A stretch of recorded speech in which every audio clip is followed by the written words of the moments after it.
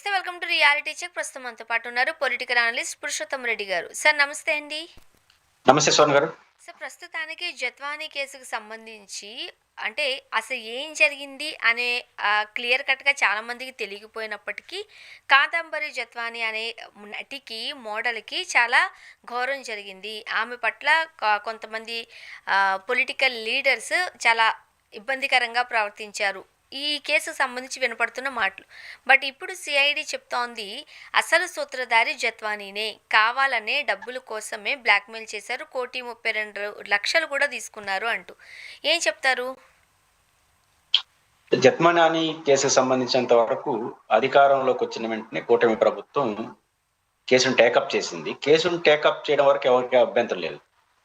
కేసును టేకప్ చేసిన తీరు, నిర్ధారణ, విచారణ పూర్తి కాకముందుగానే చాలా ప్రాథమిక సమాచారం అనే పేరుతో అటాకింగ్ మొదలెట్టింది.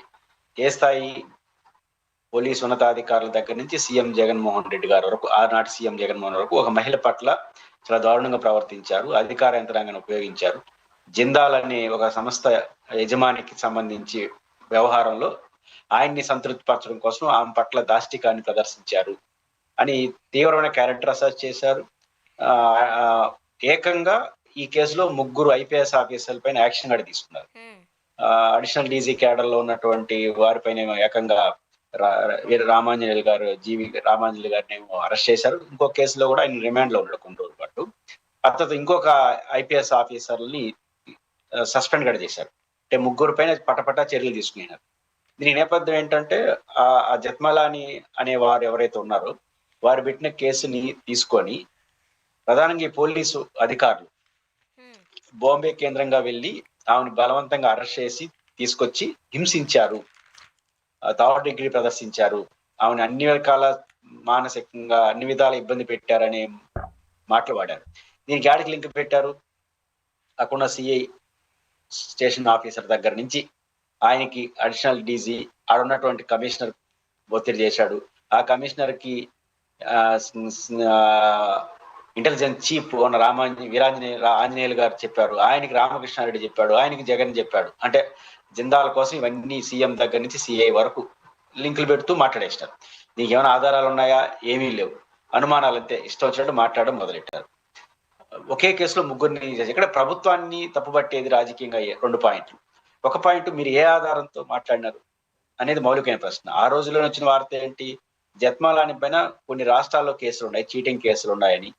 ఇక్కడ పోలీస్ అధికారులు ప్రత్యేకంగా వెళ్ళి అరెస్ట్ చేసి తీసుకొచ్చుండొచ్చు, కానీ ఫార్మాలిటీస్ పాటించారు.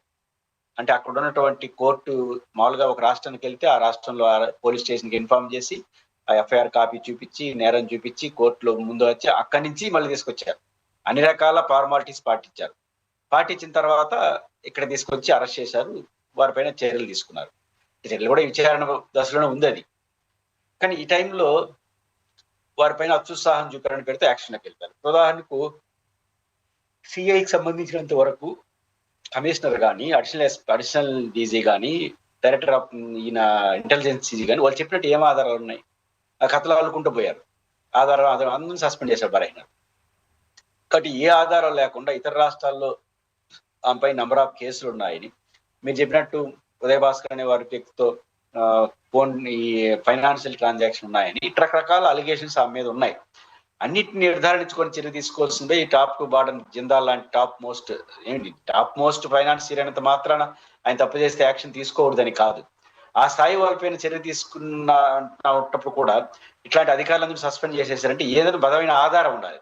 ఏ ఆధారం లేకుండా ఊహాజనంతో ఆ రోజు ఎటువంటి ఆధారాలు లేకుండా ఐపీఎస్ అన్న వాళ్ళు కూడా ఉన్నత విద్యావంతులే, ఓకే, పెద్ద పోస్టులో ఉన్న వాళ్ళని, వాళ్ళపైన ఎట్లా చర్యలు తీసుకున్నారు? సుదీర్ఘకాలం సర్వీస్ ఉన్న వాళ్ళు. ఇక్కడ క్యారెక్టర్ దెబ్బతింటున్న మానసిక శారీరకంగా జైలుకు పోవడం రావడం కన్నా ఒక ఐపీఎస్ ఆఫీసర్ ఉన్నతాధికారులు భవిష్యత్తులో డీజీలు కాగలిసిన స్థాయి ఉన్న వాళ్ళు ఒక అమ్మాయిని ఎట్లా ఏడిపించారంటే వాళ్ళ క్యారెక్టర్ ఏమవుతుంది? దానికోసం సస్పెండ్ చేయడం అంటే ఏమవుతుంది? ఇప్పుడు ఏమైంది రివర్స్ లో? ఏసీఐడి ఇదేమన్నా ఇతర రాష్ట్రాల్లో మన ఆంధ్రప్రదేశ్ ప్రభుత్వం నియమించిన సిఐడి దానికి భిన్నంగా ఆమె దోషిగా తేల్చేసినారు. అంటే ఇప్పుడు వాళ్ళ క్యారెక్టర్ని ఎవరు తిరిగిస్తారు? అన్ని రోజుల పాటు వాళ్ళపై చేసిన దాడిని ఎవరు నిర్ధారిస్తారు? కాబట్టి ఒక ఆఫీసర్ని అందరినీ ఏడిపించారు. ఆ పాయింట్ ఏంటంటే, ఒకటి దానికి ప్రభుత్వం సమాధానం చెప్పాలి. రెండోది, ఒక మహిళగా ఆమె పట్ల అఘాయిత్యం జరిగిందని మీరు బాధపడి ఉండొచ్చు. కానీ ఆ కేసులో అంత సత్వరం పోయారు గదా! ముగ్గురిని సస్పెండ్ చేసేసినారు. చాలా తీవ్రమైన హ్మ్. నిర్ణయానికెళ్లారు. మరి ఆంధ్రప్రదేశ్‌లో ఇప్పుడు మహిళల పట్ల ముఖ్యంగా ఇప్పుడు గుంటూరు ఒక విషయం బయటకొచ్చింది. తర్వాత ఇట్లాంటి ఘటనలు అక్కడక్కడ జరిగాయి. వారిపైన ఇట్లా ఎప్పుడన్నా స్పందించారా? ఎవరైనా సస్పెండ్ చేసినారా? ఎంతమందిని సస్పెండ్ చేశారు? ఏ స్థాయి వాళ్ళని సస్పెండ్ చేసినారు? ఇప్పుడు లాకప్ డెత్ కేసు అండి. సీఐని సస్పెండ్ చేసి ఊరుకున్నారు. లాకప్ డెత్ ఏకంగా మన రాష్ట్రంలో. ఆ విజయవాడలోనే. మరి దానిపైన ఏం ఎవరిపైన చర్యలు తీసుకున్నారు? ఏం ఆధారాలతో చేసినారు? కాబట్టి ఈ అట్లా జత్వాని కన్నా ఘోరంగా జరిగిన ఘటనలు చాలా ఆంధ్రప్రదేశ్‌లో ఉన్నప్పుడు, అలాంటి సత్వర చర్యలు ఎస్పీ స్థాయి వరకు కూడా ఏకంగా అడిషనల్ డీజీ వరకు సస్పెండ్ చేసి పడేయినారు. అంటే ఈ రకంగా చేయడం అంటే జత్మాని కేసులో ఒక రకంగా జత్మాని పట్ల ఇది ప్రత్యేక గౌరవం కాదు ఇక్కడ. ఆ రోజు ఇంటెలిజెన్స్ చీఫ్‌గా ఉన్న ఈరాంజనేయులు, కొంతమంది పోలీస్ అధికారులు గత ప్రభుత్వానికి అనుకూలంగా ఉన్నారు ముద్రేసి వాళ్ళపైన చర్యలు తీసుకోవడానికి జగన్ నెట్టడం కోసం వేసిన ఎత్తుగడగా కనిపిస్తుంది తప్ప కేసు మీరు ఏం స్టడీ చేశారు? కేసు పెట్టినప్పుడు ప్రాథమికంగా ఒక అలిగేషన్స్ మాత్రమే. అది మీ ప్రభుత్వం తేల్చేంత వరకైనా మౌనంగా ఉండాలి కదా! తేల్చక ముందు కానీ అరెస్టులు, యాక్షన్‌లు, సస్పెండ్‌లు, రాజకీయ ఆరోపణలు చేశారంటే ఏ ఇంటెన్స్‌తో చేశారో అర్థం అవుతుంది. సార్ ఇప్పుడు జత్వానీ కేసు కావచ్చు, లేదు అనంటే రావణ్ కేసు కావచ్చు, లేదు అనంటే 33,000 మంది విమెన్ ట్రాఫికింగ్ జరిగింది కావచ్చు. ఈ మధ్య కాలంలో ఇలాంటి అంశాలు ఏదైనా వచ్చినా అది వైసీపీకి చుట్టే ప్రయత్నం చేస్తున్నారు. ఈరోజు జత్వానీ కేసులో కూడా ఆ రోజు వైసీపీ నాయకులకు సంబంధించి లేదంటే జగన్మోహన్ రెడ్డి గారికి సంబంధించి కాస్త అంటగట్టే ప్రయత్నం చేసిన సందర్భంలో ఇప్పుడు రిపోర్టుల్లో క్లియర్ కట్‌గా తెలుస్తోంది. ఎలాంటి సంబంధం లేదు. సూత్రధారులు ఎవరు అనేది. దానికేం చెప్తారు సమాధానం? ఖచ్చితంగా స్వర్ణ ఇప్పుడు తెలుగుదేశం ప్రభుత్వం అర్థం చేసుకోవాల్సింది, మనకు అవకాశం ఉంది గదని మన నెత్తిన రాళ్ళేద్దామని యేసుకుంటూ పోతే, అది చివరకు మీకే రివర్స్ అవుతాయి. మీరు జత్మాని కేసులో ఇప్పుడు ప్రజలంతా ఏమనుకుంటారు? జగన్ గారిపై నిందలు, రామకృష్ణారెడ్డి గారిపై నిందలు, పోలీస్ ఆఫీసర్లందరూ ఒక ఆయన అరెస్టు ఇవన్నీ జరిపాయండి. నేరుగా జగన్ గారిపైనే జిందాల్ కోసం జగన్ గారు ముఖ్యమంత్రి స్థాయిలో ఒత్తిడి చేసి, రామకృష్ణారెడ్డి గారిని పురమాయించి ఇంటెలిజెన్స్ చీఫ్ చెప్పి ఆయన ద్వారా పోలీసులు ఒత్తిడి చేసి ఆమెను హింసించారు. దాష్టికాన్ని ప్రవర్తించారు. ఆమె పైన ఒక మహిళను కూడా చూడలేదు. ఇంక ఏం చేయాలో అవన్నీ చేసేసినారు. కారణం జగన్మోహన్ రెడ్డి మీద నెత్తిన రాలేయడం కోసం. ఇప్పుడు ఏమవుతుంది 2 ఏళ్ల తర్వాత మీరేసిన సిఐడి, ఏరే వాళ్ళ సిఐడి కాదు. మీరేసిన సిఐడినే తేల్చేసింది. ఇప్పుడు కానీ జగన్మోహన్ రెడ్డి గారు పైకి పెరిగింది. మీ గౌరవం అత్తపాసన పోయింది. ఇక రేపు నిజం చెప్పినా మిమ్మల్ని నమ్మరు. ఇప్పుడు ఇట్లా అసహజంగా ఇట్లాంటి అవకాశం వచ్చినప్పుడు ప్రత్యర్థి మీద ఆరోపణలు చేసి దాన్ని ఉపయోగించుకుంటే రేపు మీరు నిజాన్ని చెప్పినప్పుడు నమ్ముతారా? నిజం కూడా అట్లే ఉండొచ్చేమో అనుకుంటారు. ఇప్పుడు రావణ్ కాబట్టి కేసు కూడా ఇట్లాంటి అదే అయింది కదా!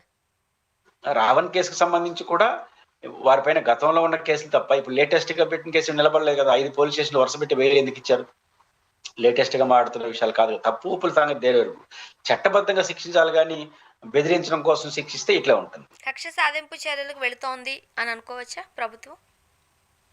ఖచ్చితంగా కక్ష సాధింపు, రాజకీయ కక్ష సాధింపు. మామూలు కక్ష సాధింపు కాదు గాని రాజకీయ కక్ష సాధింపు. అంటే రాజకీయ కక్ష సాధింపు అంటే మీ పైన నిందలు ఎట్లేస్తాము. గతంలో ఇంటెలిజెన్స్ చీఫ్ మీకు అనుకూలంగా ఉన్నాడు. ఆయన సస్పెండ్, అరెస్టులు. జగన్మోహన్ రెడ్డి గారి పైన అవకాశం వచ్చినప్పుడు ఎత్తులు రాలేదు. ఎందుకు? అమెరికాలో ఉన్న అదాని 500 కోట్ల రూపాయలు ఏదో కేసు అమెరికాలో అయితే 500 కోట్లు కూడా జగన్కి వచ్చినాయని చెప్పినారు. ఇదే పత్రికలు ఇదే చివరికి 500 కోట్ల రూపాయలు వేసిన పత్రికల పైన పరువు నష్టదావా 50 కోట్లు ఒక్కొక్కరి పైన ఢిల్లీలో జగన్మోహన్ రెడ్డి గారు పిటిషన్ వేస్తే దానికి ఇంతవరకు సమాధానం చెప్పాల. అంటే మేము చెప్పిన పత్రిక ఏం రాయాలి? అవును ఆ రోజు మాకు ఆధారం ఉంది రాశాం అని కరెక్ట్ అని చెప్పాలి కదా! చెప్పలేదు. పరువు నష్టదావా వేసరికి ఆ వార్త కూడా రాయకుండా ఆపేశారు ఇప్పుడు. అంటే జగన్ మీద ఆరోపణలు చేయడానికి ఏ చిన్న అవకాశం వచ్చినా వదులుకోవడానికి కూటమి సిద్ధంగా లేదు. అది నిజమైన, అబద్ధమైన, నమ్మకమైన, అపనమ్మకమైన ఏసేస్తే ఒక పని అయిపోతుందనే పద్ధతిలో ఉన్నారు. అది జగన్మోహన్ రెడ్డి గారి క్యారెక్టర్‌ని, జగన్మోహన్ రెడ్డి గారి రాజకీయ భవిష్యత్తుని నష్టం చేస్తుందని మీరు అనుకుంటున్నారు గానీ, ఇట్లాంటి చర్యలు ఒక రోజు బయటకొచ్చిన తర్వాత జగన్ గారి క్యారెక్టర్ ఆ 2, 3 రోజులు కొంత మీరు ఒత్తిడి తేవచ్చేమో గానీ, ఆ తర్వాత అంతకు మించిన గౌరవం జగన్మోహన్ రెడ్డి ఎందుకంటే ఇంత నిందలేస్తారా ఒక నాయకుడి మీద వస్తుంది. అదే చెప్పాను కదా! రాళ్ళు విపరీతంగా ఏస్తే అసందర్భంగా జగన్ గారికి అది ఒక మాలగా మారుతుంది. రివర్స్‌గా మీకే కొడతారు. సార్ ఓ పక్క స్థానిక సంస్థల ఎన్నికలు దగ్గర పడుతున్నాయి. సెప్టెంబర్, అక్టోబర్‌లో ఉండే అవకాశం ఉంది అని చెబుతున్నారు. మరోపక్క ఉభయ గోదావరి జిల్లాల్లో ఒక సర్వే నిర్వహించినప్పుడు 21 మంది కూటమి ఎమ్మెల్యేలకు ప్రత్యామ్నాయం చూసుకోవాల్సిందే. 2 మంత్రులు ఓడిపోబోతున్నారు. జనసేన కూడా తన ప్రాభవాన్ని కోల్పోతోంది. భారీగా పడిపోయే అవకాశం ఉంది స్కోర్ అంటూ ఒక సర్వే నివేదిక చెబుతోంది. ఏం జరుగుతోంది? అధికారంలో ఉన్నటువంటి కూటమి ఎమ్మెల్యేల పట్ల తీవ్ర ప్రజా వ్యతిరేకత ఉందని ఏదో మనం చెప్పిన విశ్లేషణ అంటారు, వైసీపీ వాళ్ళు చెప్తే రాజకీయ కోపంతో అనొచ్చు. కానీ వారికి సపోర్ట్ గా ఉండే పత్రికలు, వాళ్ళని రాజకీయంగా సమర్థించే పత్రికలు మొదట ఆడి నుంచి రాస్తా ఉన్నాయి. ఎమ్మెల్యేల పైన రోజుకు ఒక జిల్లాలో ఎమ్మెల్యేలు ఏ విధంగా అవినీతి అక్రమాలకు పాల్పడుతున్నారో వాళ్ళే రాస్తున్నారు. చంద్రబాబు గారు కూడా ఒక 60-70 మంది ఉద్దేశించి సీరియస్ గా వార్నింగ్ ఇచ్చాడు. ఇదే లాస్ట్ టైం మీకు ఎమ్మెల్యే చేయించుకోవద్దని చెప్పినాడు ఆయన అని. అది ప్రోగ్రెస్ వార్త వాళ్ళే రిపోర్ట్‌లో రాశారు. కూడా ఫెయిల్ అయిపోతున్న వాళ్ళు చాలా మంది ఉన్నారు.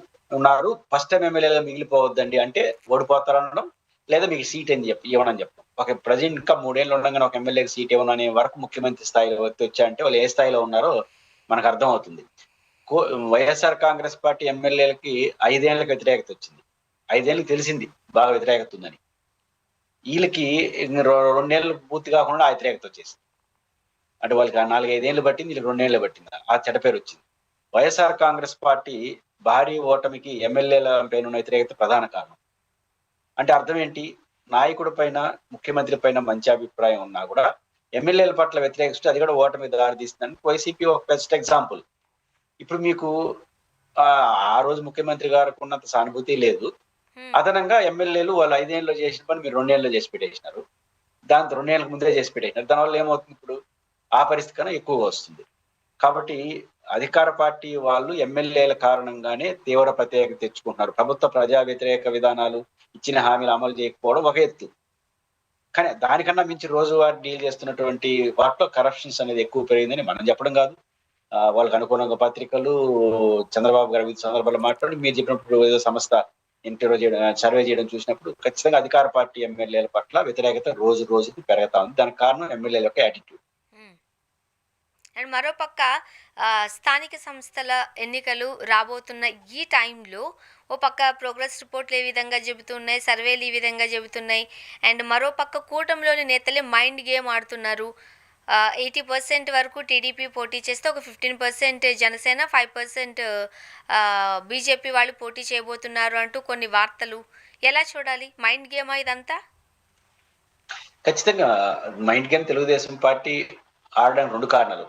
ఒకటి వాళ్ళు కదా సీట్లు ఇవ్వాల్సింది, మేజర్ పార్టీ వాళ్ళది కదా, అదొకటి.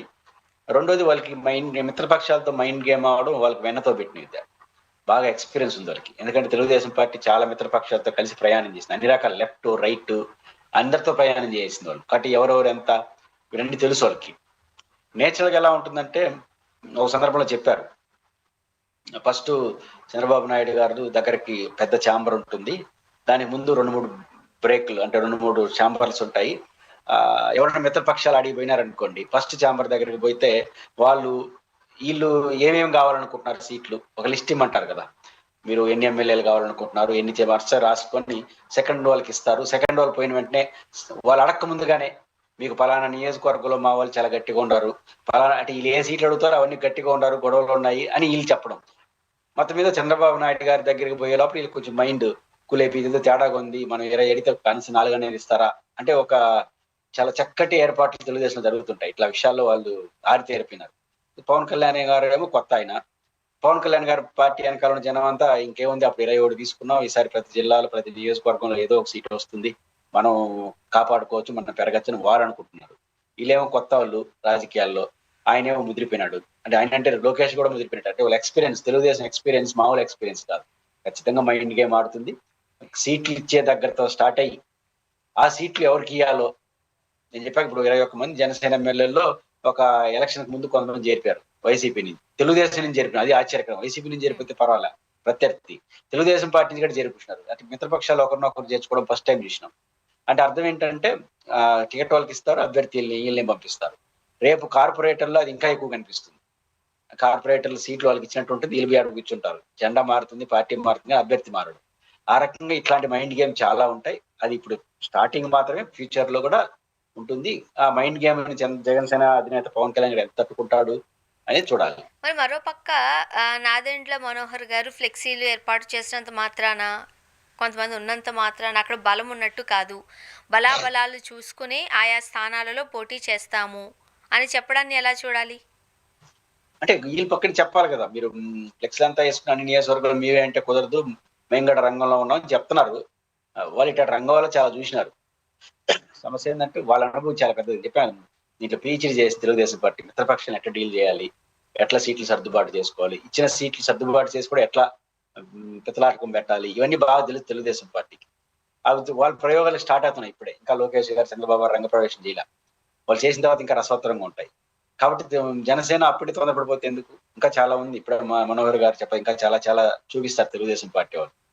కాబట్టి మనోహర్ గారు ఉద్దేశం ఏంటంటే వాళ్ళ పార్టీ ఇప్పుడు రాష్ట్రంలో తెలుగుదేశం పార్టీ ఎవరికి ఇది 20%, 10%, 5% అంటున్నారు కదా. ఎన్ని మీడియాలో ప్రచారం వచ్చేస్తా ఉంది. ఇంకా తెలుగుదేశంలో ఎక్కడ చెప్పట్లా. అప్పుడు జనసేన నుంచి ఒత్తిడి ఉంటుంది కదా, మొత్తం 5% అంటే మాకాడ వస్తాయి సీట్లు అని చెప్పి వాళ్ళు గొడవ అవుతుంది కదా. అంటే అంటే టీడీపీ వాళ్ళని వాళ్ళు మాట్లాడడానికి ఇప్పుడు అది అప్రస్తుతం, మాట్లాడకండి అంటూ కూడా చంద్రబాబు నాయుడు గారు వాళ్ళకి అవును కాస్త దిశానిర్దేశం చేసినట్లుగా కూడా వార్తలు వస్తున్నాయి. ఆ దిశ నిర్దేశం ఖచ్చితంగా చేస్తారు. ఎందుకంటే చంద్రబాబు గారి దగ్గరకు వచ్చే లోపల ఇవన్నీ సెటిల్ అయిపోతాయి. వాళ్ళు సీట్ అడగడం, అక్కడ గొడవ రావడం, వాళ్ళు సీట్ అడగడం, ఆడ ముందే లీక్ అవుతాయి. జనసేన వాళ్ళు తిరుపతి అడుగుతున్నారు అనగానే తిరుపతిలో నుంచి గొడవ స్టార్ట్ అవుతుంది. అంటే ఇక్కడ ఇవ్వద్దని తెలుగుదేశం పార్టీలు గొడవ చేస్తారు. ఈ చూడు ఎంత ఇబ్బందిగా ఉందో అని మళ్ళీ చెప్తారు. కాబట్టి ఇవన్నీ వ్యవహారాలన్నీ అయిపోతాయి. చంద్రబాబు గారి దగ్గర పోయే లోపల అయిపోతాయి. ఈసారి లోకేష్ గారు ఉన్నారు. లోకేష్ గారు చంద్రబాబు గారి సమక్షం పోయే లోపల ఇవి సెటిల్ అయిపోతాయి. ఈ గొడవ పడడం, విమర్శలు చేయడం, మేము పోటీ చేస్తాం, సరే ఏదో సర్దుకుందాంలే అనే వరకు తీసుకొచ్చి మళ్ళీ చంద్రబాబు గారు డోర్లు ఓపెన్ చేస్తారు. అంత లోపల ఈ సర్దుకోవడం వరకు వాళ్ళు రావాలి. ఆ మానసిక ఒత్తిడి అట్టు ఉంటుంది. ఇస్తామన్నట్టే ఉంటుంది. మళ్ళీ వారం తర్వాత కలుద్దాం అంటారు, లేదా 2 వారాల తర్వాత. అంత లోపల మేము మా అభ్యర్థులు చెప్పుకోవాలని వీళ్ళు బాధ. సరే ఏదో ఒకటి కొంచెం తక్కువ ఎక్కువ ఏంటని మళ్ళీ అనిపిస్తారు. మళ్ళీ ఆ తక్కువలో ఎక్కువ ఏంటి? కాబట్టి ఇంకా చాలా ఉంటాయి. ఖచ్చితంగా తెలుగుదేశం పార్టీని మిగతా విషయాలు ఎన్నిట్లోనూ తక్కువ అండర్ ఎస్టిమేట్ చేయొచ్చు కానీ మిత్రపక్షాలు, సీట్లు, ఒప్పందాలు ఈ విషయంలో మాత్రం వాళ్ళని ఎవరు అండర్ ఎస్టిమేట్ చేయరు. వాళ్ళకి చాలా అపారమైన అనుభవం దీంట్లో ఉంది. జనసేన తట్టుకుంటుందో లేదో చూడాలి. వాటిని చూస్తూనే జగన్మోహన్ రెడ్డి గారు కూడా తన స్ట్రాటజీతో ముందుకు వెళ్ళబోతున్నారు. కార్యకర్తలకు దిశానిర్దేశం చేయబోతున్నారు రేపన్న రోజు. నిజంగా జగన్మోహన్ రెడ్డి గారు ఎన్నికల ప్రక్రియ వాళ్ళు ప్రారంభించారో లేదు కానీ వాళ్ళు కొట్లాట స్టార్ట్ కాకముందే ఎప్పుడో ఆయన ఎన్నికల ప్రక్రియను ప్రారంభించేసినాడు. ఎన్నికల ప్రక్రియ అంటే అర్థం ఏంటి స్వర్ణ గారు? ప్రభుత్వం చేస్తున్నటువంటి ప్రజా వ్యతిరేక విధానాలు, ప్రభుత్వం ఇచ్చిన హామీలు అమలు చేయకపోవడం, పోయిన విషయాల్ని ప్రజల ముందు పెట్టడం అనేది ఎన్నికలంటే. ఆయన ఓడిపోయిన 2వ రోజు నుంచి ఎన్నికల్లో ఉన్నాడు.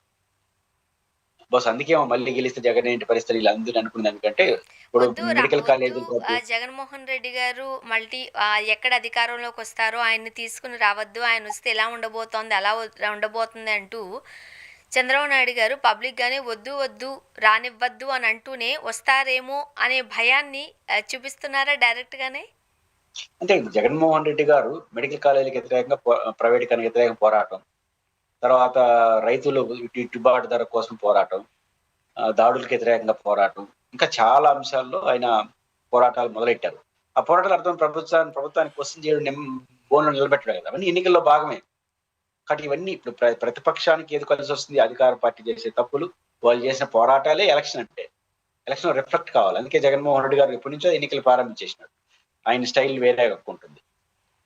రెండో జగన్మోహన్ రెడ్డి గారి పార్టీని కూడా గట్టిగా వార్న్ చేస్తాను. ప్రతి కౌన్సిల్ ఎలక్షన్, ప్రతి కార్పొరేటర్ ఎలక్షన్ జరగాలి, ప్రతి జెడ్పీటీసీ, ప్రతి ఎంపీటీసీ అన్నింటిలో ఎలక్షన్ జరగాల్సిందే. ప్రజలు తన మనోభావాలు వ్యక్తం చేయాల్సిందే. పొరపాటున తేడా వస్తే ఆ నియోజకవర్గ ఇన్ఛార్జ్ దీని బాధ్యుడు అని చెప్పి చాలా గట్టి హెచ్చరికలు చేసి పెట్టున్నాడు. అంటే ఎన్నికల్ని జగన్ గారు చాలా సీరియస్ గా తీసుకున్నాడు. ఇది ఒక ఉదాహరణ. అండ్ మరోపక్క రామాయపట్నం పోర్టుకు సంబంధించి 4,929 కోట్ల ప్రజాధనంతో దాన్ని కడితే 1,500 కోట్లకే ప్రైవేట్ వ్యక్తులకు అప్పగించడాన్ని జగన్మోహన్ రెడ్డి గారు క్వశ్చన్ చేస్తున్నారు. మెడికల్ కాలేజీలకి కొనసాగింపు ఇది. మెడికల్ కాలేజ్ పీపీఏ పద్ధతి ఏంటి? ఉదాహరణ పులివెందులలో మెడికల్ కాలేజ్ ఉంది, ప్రారంభోత్సవానికి సిద్ధంగా ఉంది, 50 మెడికల్ సీట్లు కేటాయించారు, బిల్డింగ్ అయిపోయింది, ల్యాండ్ ఉంది ప్రభుత్వానికి. ఈ రెండు మీలాంటి వాళ్ళు నాలాంటి వాళ్ళు కాంట్రాక్ట్ వేస్తే మనకు ఫ్రీగా ఇచ్చేస్తున్నారు కదా. దానికి మెయింటెనెన్స్ అంటారు. మన పేరులో రాయకుండా PPA, public private partnership, PPP తీసుకొచ్చేసినారు.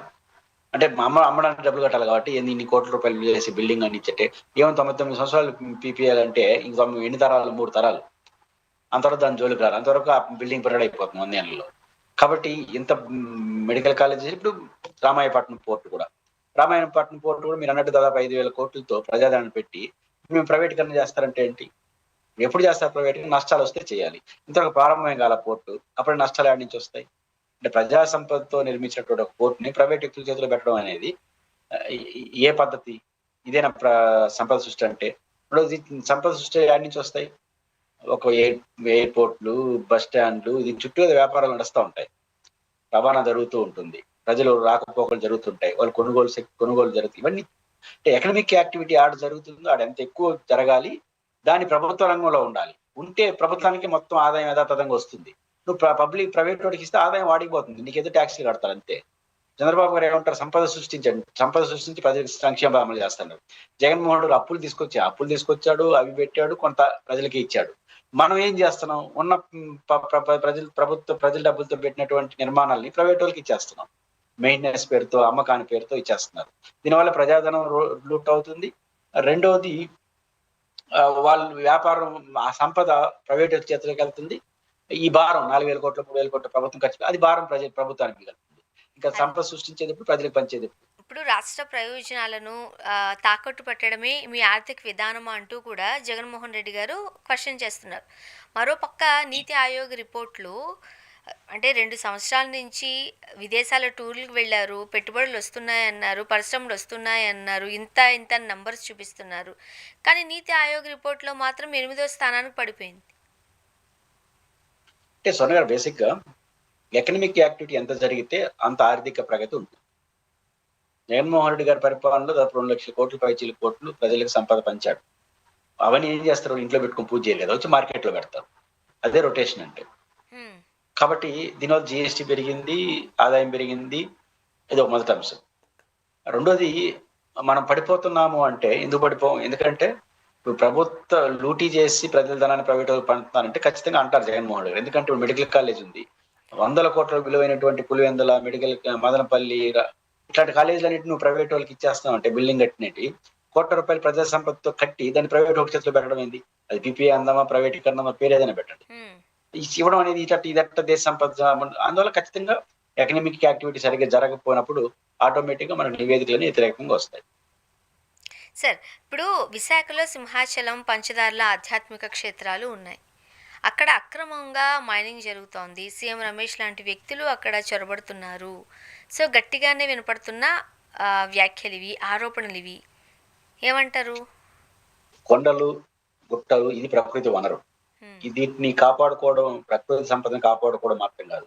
ప్రకృతి ఇన్‌బ్యాలెన్స్ కాకుండా చూసుకోవచ్చు. మీకు ఇప్పుడు గుంటూరు, కృష్ణా జిల్లాలో వెంబ ఎక్కువ ఉంటుంది. కాండి ఒకసారి చూడండి. ఎంబ ఎక్కువ ఉంటుంది. రీజన్ ఏంటంటే అడవుల శాతం తక్కువ. యాజ్ పర్ నార్మ్స్ ప్రకృతి సమతుల్యత కాపాడాలంటే, పర్యావరణం కాపాడాలంటే ఒక జిల్లాని యూనిట్‌గా చేసుకుంటే ఆ జిల్లా మొత్తం భూభాగంలో 32% నుంచి 33% గ్రీనరీ ఉండాలి. అంటే అడవులు ఉండాలి. ఇప్పుడు మా చిత్తూరు జిల్లా, కడప జిల్లా, కర్నూలు జిల్లా, విశాఖపట్నం, హ్మ్. ప్రకాశం జిల్లా ఇట్లాంటి జిల్లాల్లో ప్రభుత్వ నార్మ్స్ ప్రకారం 30% అడవులున్నాయి.